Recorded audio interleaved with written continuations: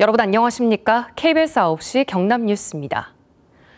정부가 모든 국민에게 민생회복 소비 쿠폰을 지급하고 지역화폐를 추가로 발행하는 방안을 추진하고 있습니다. 상인들은 줄었던 지역화폐 유통이 늘어나면 침체된 지역 상권의 단비가 될 것으로 기대하고 있습니다. 조미령 기자가 보도합니다. 창원의 한 전통시장.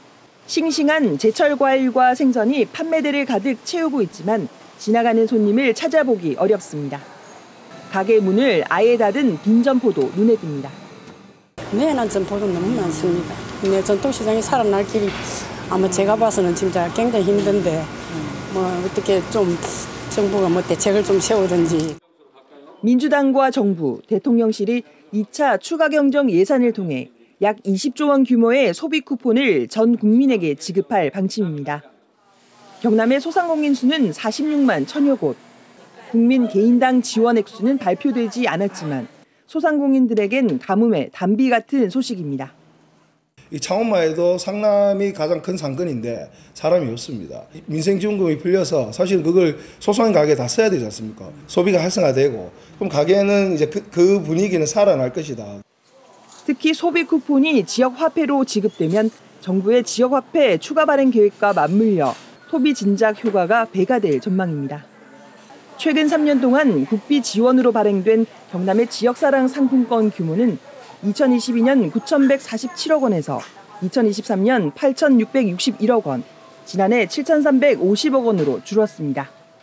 지역사랑 상품권은 지역 내 가맹점에서만 사용할 수 있는 상품권입니다. 소상공인 매출 증대도 될 것이며 또한 지역 상권 활성화에도 도움이 될 수 있을 걸로 기대하고 있습니다.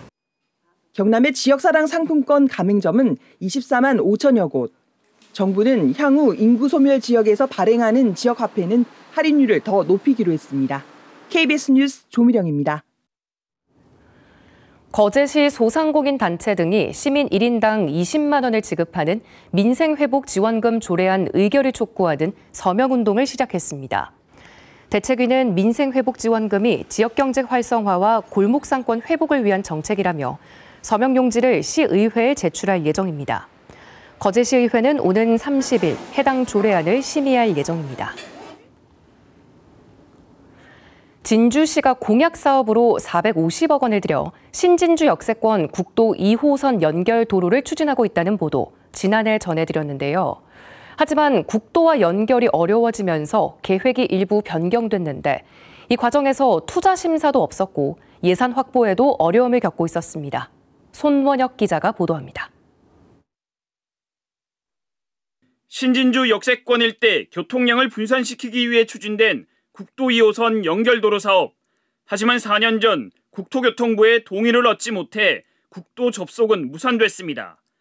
진주시는 기존 1.1km 노선을 1.83km로 늘려 왕복 2차로 농어촌 도로와 연결하는 것으로 계획을 바꿨습니다. 지방재정투자사업 심사규칙에 따르면 사업 부지 위치가 바뀌면 재심사를 거쳐야 합니다. 하지만 진주시는 자체 지방재정투자 재심사 없이 기존 노선 심사로 가름했습니다. 사업비는 오로지 진주시 자체 예산 450억 원. 2.1m 대상은 아니라고 저희들이 담당 부서에 자문을 받았습니다. 2023년 11월에 업체와 계약하고 착공 서류를 받았지만 사업비를 확보하지 못해 실제로 공사를 시작하지도 못했습니다. 사업이 지연돼도 재심사 대상이 되지만 서류상 공사 시작으로 이를 회피했습니다. 계약을 했을 때부터 1년이 미뤄지길래 그래서 내년을 준비하자 이러면서 그 해가 넘어갔는데 그 다음 해도 이렇게 오니까 상습 정체 구간으로 교통망 확충은 필요한 곳이긴 하지만 정체 완화 효과 평가는 기존 노선에 대해서만 이루어졌을 뿐 변경된 노선의 평가는 생략됐습니다. 정확한 계획과 거기에 근거한 주민 여론과 혹은 의회와의 협력을 해야 되는데 그냥 바꿔버리고 말아버리는 거예요. 이런 것들이 사실은 행정의 신뢰를 좀 깎아먹는. 사업 추진에 이미 59억 원을 사용한 진주시. 진주시는 경상남도 감사위원회가 지적한 타당성 재평가를 해야 하는지 국토교통부에 질의를 했다고 해명했습니다. KBS 뉴스 손원혁입니다. 윤석열 전 대통령 탄핵 등 주요 사건을 선고해온 문영배 전 헌법재판소장 권한대행이 경남을 찾아 강연했습니다.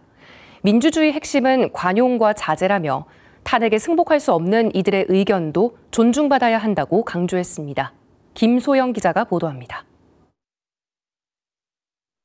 윤 전 대통령 파면이라는 최종 판단의 결정문을 낭독했던 문영배 전 권한대행. 주문, 피청구인 대통령 윤석열을 파면한다. 하동에서 나고 자란 문 전 대행은 학창시절 은사에 대한 감사로 말문을 열었습니다. 가난한 자신이 학업을 무사히 마칠 수 있도록 김장하 선생을 연결시켜준 스승이었습니다. 92세신데요. 저를 기억할 뿐만 아니라 4월 18일 날 퇴임했제 이러더라고요. 그래서 선생님들은 참 그 사랑이 끝이 없구나. 민생 회복은 우선순위가 아니라 국가의 존재 이유 자체라며 사회 통합 없이는 불가능하다고 말했습니다. 새 정부가 출범한 지금 탄핵에 승복하지 못한 사람들의 의견을 더 경청해야 할 필요가 있다고 강조했습니다. 설득하고 설득당하고 그러므로 시간이 필요하다. 그래서 설득에는 시간이 필요한 겁니다. 사회 통합에도 시간이 필요한 거예요. 민주주의는 다수결이 아닌 관용과 자제라며 자제는 힘이 있는 사람이 할 수 있는 것이라고 말했습니다. 나한테 힘이 있어요. 다수결을 할 수 있는 힘이 있어요. 그러니까 바로 그냥 표결해버리자. 그건 민주주의가 아닙니다. 경남교육청은 김장하 장학생으로서 평생 평균의 삶을 살겠다고 다짐한 문 전 대행을 통해 김장하 선생의 선한 영향력이 이어지기를 바란다며 이번 강연의 취지를 전했습니다. KBS 뉴스 김소영입니다.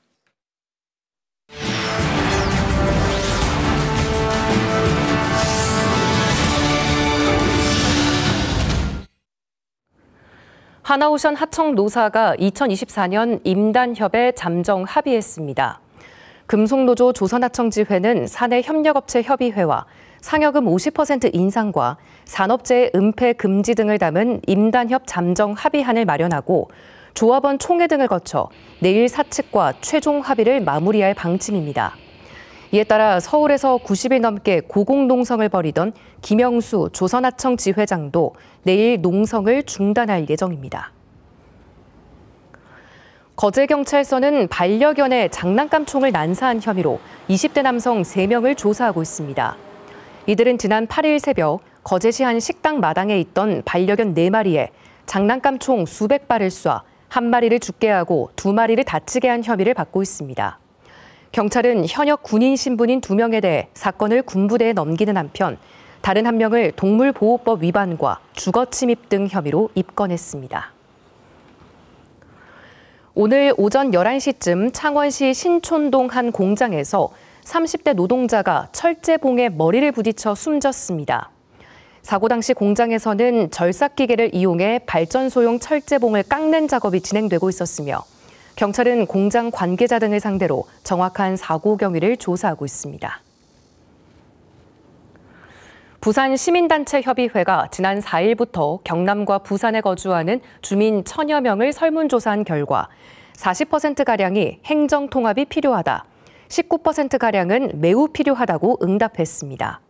또 10명 중 7명은 경남 부산 행정통합이 지역 발전과 청년 유입 인구 증가에 도움이 된다고 응답했습니다. 경남 소식이었습니다.